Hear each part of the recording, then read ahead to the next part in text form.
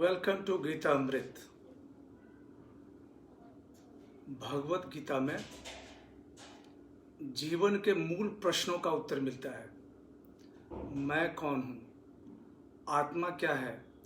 आत्मा का स्वरूप कैसा है? गीता अमृत में इन्हीं विषयों का वर्णन सरल शब्दों में।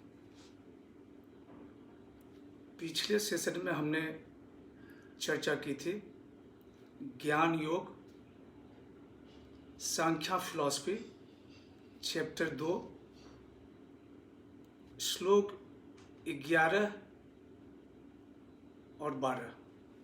आज के चर्चा का विषय है श्लोक 13। भगवान उवाच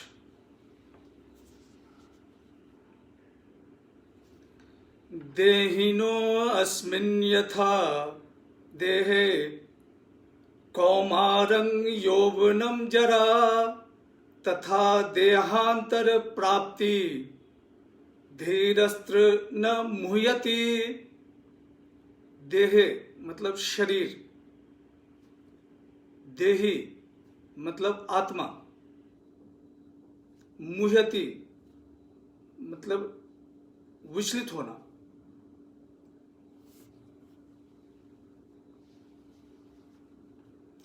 एक जन्म में आत्मा शरीर में बाल्यावस्था, यौवनावस्था, वृद्धावस्था से गुजरती है और मृत्यु के उपरांत आत्मा एक शरीर से दूसरे शरीर में प्रवेश करता है, दूसरी शरीर धारण करता है।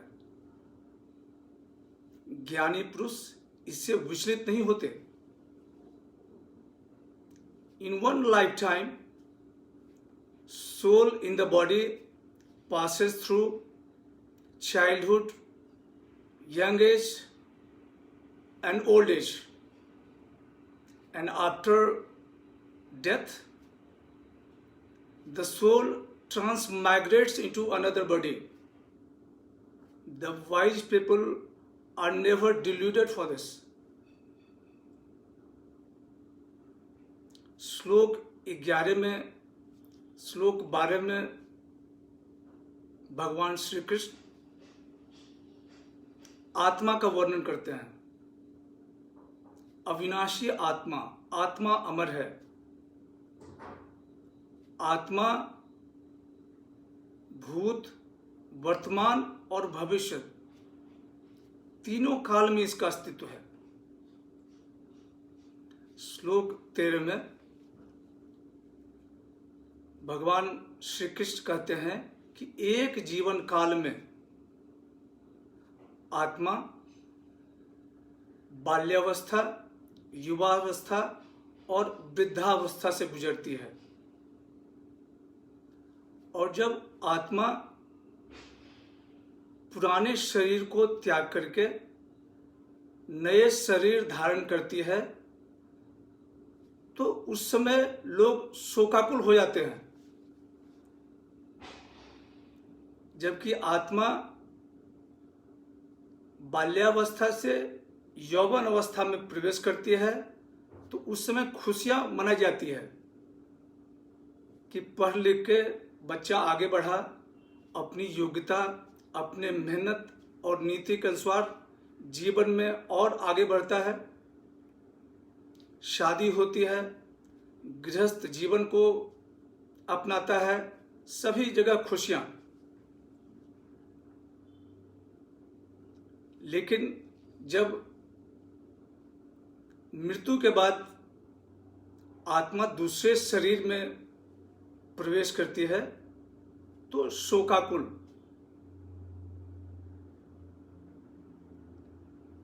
भावनात्मक परिवर्तन जरूरी है।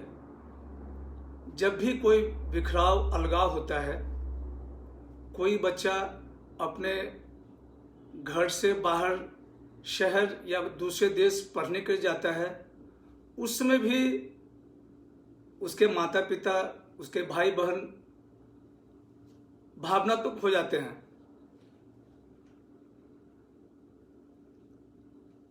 लड़की की जब शादी होती है, उसकी विदाई होती है, जब उस समय बिछड़ने का मौसम आता है तो पूरा शरीर, पूरा जो परिवार है वो शोकाकुल दिखता है, आंखों में आंसू, लेकिन ये आंसू खुशी के आंसू होते हैं।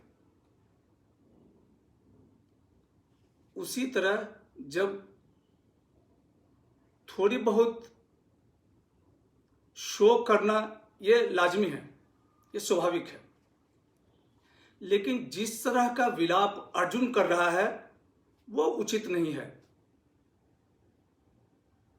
भगवान श्री कृष्ण अर्जुन से कहते हैं कि अर्जुन, पुराने शरीर का त्याग करके आत्मा जब नया शरीर धारण करती है तो शोक नहीं करना चाहिए, और उनके मृत्यु के लिए शोक भीष्म पितामह, आचार्य द्रोण, जो खुद ज्ञानी हैं और जिन्होंने अच्छे कर्म किए हैं अपने जीवन में, इसलिए उनका तो या तो दूसरा शरीर जो मिलेगा या तो उन्हें मोक्ष की प्राप्ति होगी या कोई अच्छे स्पिरिचुअल शरीर में उनका स्थानांतर होगा। तो यहाँ दो बातें, एक तो भगवान श्री कृष्ण दृढ़ करते हैं पुनर्जन्म को, और दूसरा कि यदि इस जन्म में आपने अच्छे कर्म किए तो दूसरे जन्म में भी आपको अच्छे शरीर मिलेंगे। दो बातें हैं। पुनर्जन्म में आस्था ये समाज में बहुत ही संतुलन रखता है। जिनको आस्था पुनर्जन्म में रहती है वो धर्म, कर्म, पुण्य, दूसरों की मदद, गरीबों की सहायता, इसमें इनका ध्यान लगा रहता है। और जिनकी आस्था नहीं रहती है वो अपराध और अधर्म की दुनिया में भटकते रहते हैं। आस्था इम्पॉर्टेंट है, लेकिन आस्था से ज़्यादा महत्वपूर्ण है अच्छे कर्म। यदि आप अच्छे कर्म करेंगे, चाहे आपकी आस्था हो या न हो, आपको दूसरे जन्म में अच्छे शरीर आपके लिए सुरक्षित हैं। यहाँ आर्टिफिशियल इंटेलिजेंस है कि आप अच्छे कर्म कर रहे हैं, इसकी रिकॉर्डिंग होते रहती है, और डेटा माइनिंग से ये प्रोसेस करके निकलता है कि आपके किस किस ने अच्छे कर्म किए और किनको अच्छे शरीर मिलेंगे। पुनर्जन्म में आस्था पुराने अच्छे अच्छे फिलोसफर, पाइथागोरस, प्लेटो, सोक्रेट्स, सबों को थी। जर्मन फिलोसफर गोथे, शेलिंग, सबको पूर्व जन्म में आस्था है। इस काल के फिलोसफर ह्यूम, मैक्स मुलर, इन सभी की आस्था पुनर्जन्म में। एक हिंदू धर्म ही नहीं, बौद्ध धर्म, जैन धर्म, सिख धर्म, ईसाई धर्म, इन सभी में आस्था लोगों को है पुनर्जन्म में। महत्वपूर्ण बात है, बात ध्यान देने की है कि आत्मा कोई मटेरियल वस्तु नहीं है, यह एक डिवाइन शक्ति है। और आत्मा का स्थानांतर दूसरे शरीर में